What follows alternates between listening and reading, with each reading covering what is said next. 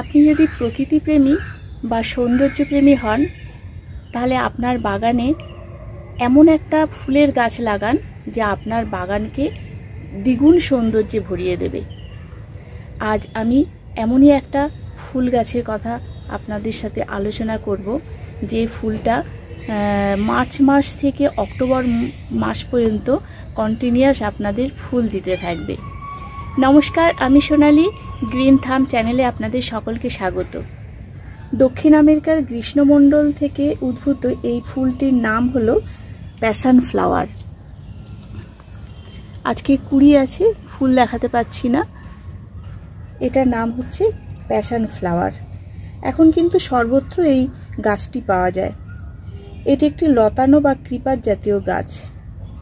এর 500টারও বেশি প্রজাতি আছে, কিন্তু এখন বাজারে মোটামুটি আমরা 3-4টে কালার সচরাচর দেখা যায়। শীতকাল ছাড়া প্রায় সারা বছরই এই গাছে ফুল দেখা যায়। শীতকালে এটি ডরম্যান্সিতে চলে যায়, তখন আর এর কোনো ধরনের খাবার বা পরিচর্যার দরকার হয় না। একটু আড়ালে, মানে যেখানে প্রখর সূর্য আলো পড়ে না সেরকম জায়গায় সেই সময় রাখতে হবে। ভগবান শ্রীকৃষ্ণ এই ফুলটা মাথায় দিতে পছন্দ করতেন, সেই জন্য এই গাছটিকে অনেকে মনে করেন বাড়িতে রাখা শুভ। এই গাছে কিন্তু সুন্দর ফলও হয়। এই গাছের ঔষধি গুণও আছে। সেই ঔষধি গুণ সম্পর্কে পরে আমি আলোচনা করব। তবে এইটুকু বলে রাখি, অ্যাংজাইটি, অনিদ্রা, পেটে ব্যথা হলে এই যে প্যাশন ফুল, এটার নির্যাস এবং এর পাতা চা করে খেলে মানে এর গুণাগুণটা বোঝা যায়। এই ধরনের উপকার হয়। শতাব্দী ধরে কিন্তু এই গাছটি এইভাবে এর ভেষজ গুণটাকে ব্যবহার করা হয়ে আসছে। এটি ভিটামিন ও অ্যান্টিঅক্সিডেন্টে পরিপূর্ণ। এই গাছটা বেশ বড় হয়, অন্তত 15 থেকে 20 ফুট পর্যন্ত উচ্চতা হয়। এটাকে একটা যে কোনো সাপোর্টে আপনারা গেটে বাগান সাজানোর জন্য এটাকে রাখতে পারেন। আর বাড়ির সামনে যদি কোনো জায়গা থাকে, কোনো টবে ভালো করে মাচা করেও এটাকে দেয়া যায়। আর এই ফুলটা রাখির মতো দেখতে, সেই জন্যে একে কিন্তু রাখি ফুল বলা হয়। আবার ঝুমকোলতাও এর নাম আছে, অনেক ধরনের নাম আছে। আমি এখন এর মাটি প্রস্তুতি দেখাবো এবং এর রিপোর্টিংটা আমি করে দেখাবো। দেখুন কি সুন্দর কুড়িয়ে এসছে এখন। মানে ঠিক মতো যত্ন করতে পারলে এই গাছে কিন্তু সারা বছরই প্রচুর ফুল পাওয়া যায়। মাত্র একটা ডাল, এই একটা ডালে এতগুলো ফুল এসছে। আর ফুলটাও কিন্তু অসম্ভব সুন্দর দেখতে হয়। এই গাছটার এখন আমি প্রতিস্থাপন করে দেখাবো। যদিও গাছটায় ফুল আছে, মানে ফুলের কুড়ি আছে, রোজই 1-2 করে ফুল ফুটছে, কিন্তু তবু আমি প্রতিস্থাপন করে দিচ্ছি, কারণ এটা তো লতানো গাছ, এটা অনেক বড় হবে, তখন আর আমি করতে পারবো না। সেই জন্য এখন আমি এটাকে আজকে প্রতিস্থাপন করে দেব। এর জন্য কি মাটি নিয়েছি, এটা একটা 10 ইঞ্চি টবে আমি নিয়েছি। আর মাটি হচ্ছে 70% মতো ওই গার্ডেন সয়েল, আর 30% মতো আমি দিয়েছি ভার্মি কম্পোস্ট। আর তার সাথে দিয়েছি, যেহেতু এটা আমার পুরনো মাটি, এতে বালির ভাগ ছিল, সেই জন্য আমি বালি মেশাইনি। আপনাদের যদি নতুন মাটি হয় সেক্ষেত্রে একটু 1% মতো মাটি মিশিয়ে নেবেন। আর তার সাথে আছে, মাটির সাথে আছে, মাটি ভার্মি কম্পোস্টের সাথে দিয়েছি হাড় গুঁড়ো, শিংকুচি। এই টবের জন্যে 2 চামচ হাড় গুঁড়ো, 1 চামচ শিংকুচি, 1 চামচ নিমখোল, আর কয়েকটা জিয়ার দানা, 8-10টা মতো জিয়ার দানা, আবার 1 চামচ মতো সর্ষে খোল।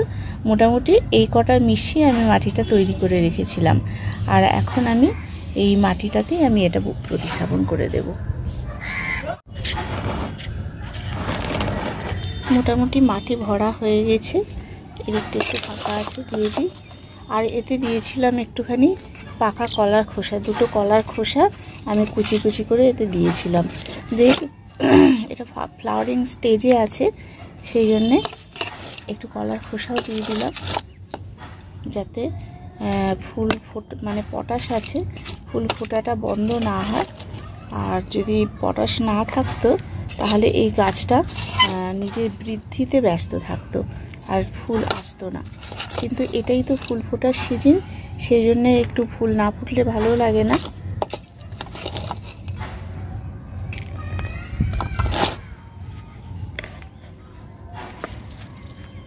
এরকম একটা ছোট মতো কঞ্চি দিয়ে করা আছে, আপাতত এটা থাক এখন। পরে দেখবো বড় কিছু দিয়ে এটাকে একটা মাচা মতো করতে হবে, যাতে গাছটা উঠতে পারে। এটা নার্সারি থেকেই এরকম করে দিয়েছিল, কিন্তু এটাতে হবে না, এটা খুব নড়বড়ে আছে।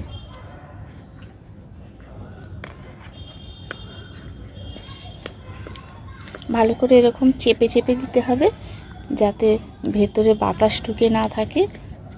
দিয়ে ভালো করে জল দিয়ে দিতে হবে। এখন প্রচণ্ড গরম, এই গাছটাকে অন্তত 1 সপ্তাহ মতো ছায়াতে রাখতে হবে।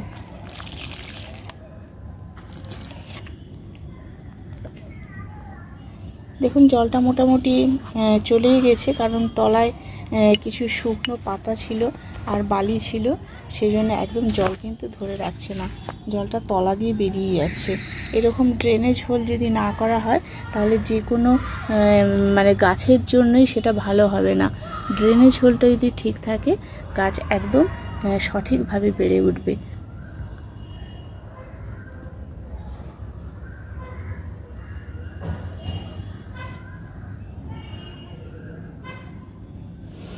এই প্যাশন ফ্লাওয়ার কিন্তু অনেক কালারের হয়, মোটামুটি 3-4 রকমের আমি দেখেছি, পাওয়া যায় বাজারে, মানে নার্সারিতে গেলে।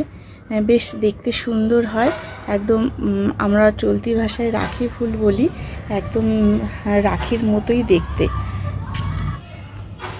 আমার অ্যাডেনিয়াম গাছে কি সুন্দর ফুল ফুটেছে।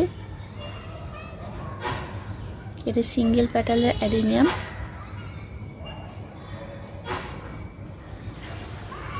আর তার সাথে তো আছে বোগেনভেলিয়া। আর একটা জিনিস দেখাই, এটা আমার গন্ধরাজ ফুলের গাছ। গন্ধরাজ ফুলটা বেশ কুড়ি দেখে মনে হচ্ছে বড় হবে, এই গাছে প্রথম ফুল ফুটবে। ছোট্ট গাছ এনে লাগিয়েছিলাম। এই গাছে কিন্তু পোকামাকড়ের আক্রমণ হয়, সাদা মাছি, মাকড়, মিলিবাগ, এই ধরনের কিন্তু পোকামাকড়ের উপদ্রব আছে। সেই জন্যে ম্যানকোজেব গোত্রের যে কোনো ওষুধ এই গাছে মাঝে মাঝে অন্তত 10 দিন 15 দিন অন্তর স্প্রে করতে হবে। আর যখন এই মিলিবাগ হয়ে যাবে তখন শ্যাম্পুর জল দিয়ে ভালো করে ধুয়ে সেগুলোকে পরিষ্কার করে দিতে হবে, আর তারপর তাতে একতারা স্প্রে করে দেয়া যায়। আর ম্যানকোজেব জাতীয় গোত্রের ওষুধ তো একটা রাখবেনই আপনাদের কাছে, অন্যান্য গাছেও এটা লাগে। আর এই গাছটাকে কিন্তু সবসময় প্রখর রোদে রাখা যায় না, মোটামুটি সকালের দিকে 4 থেকে 6 ঘন্টা সূর্যের আলোটা লাগলো এরকম জায়গা, তারপর যাতে একটু আলো আসে কিন্তু ডাইরেক্ট সূর্যটা না পড়ে সেটার দিকে খেয়াল রাখতে হবে, তাহলে কিন্তু পাতা হলুদ হয়ে যাবে। এটাকে মোটামুটি এইখানটা রেখে দিলাম, এখানে এইটা বেয়ে যাতে উপরে উঠতে পারে।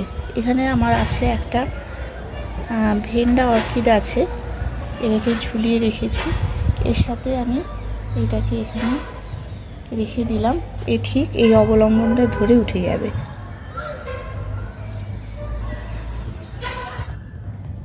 তাহলে আজ এ পর্যন্তই। ফুল গাছটা কেমন লাগলো আপনারা একটু বলবেন। আপনাদের যাদের বাড়িতে নেই তারা এই ফুল গাছটা অ্যাড করে দিন, আর যাদের আছে তাদের যদি সম্ভব হয় আরও 2-3টে কালারের আছে, তারা সেই ধরনের গাছ করতে পারবেন। তাহলে বন্ধুরা আজ এ পর্যন্তই, দেখা হবে পরবর্তী কোনো এপিসোডে। নমস্কার।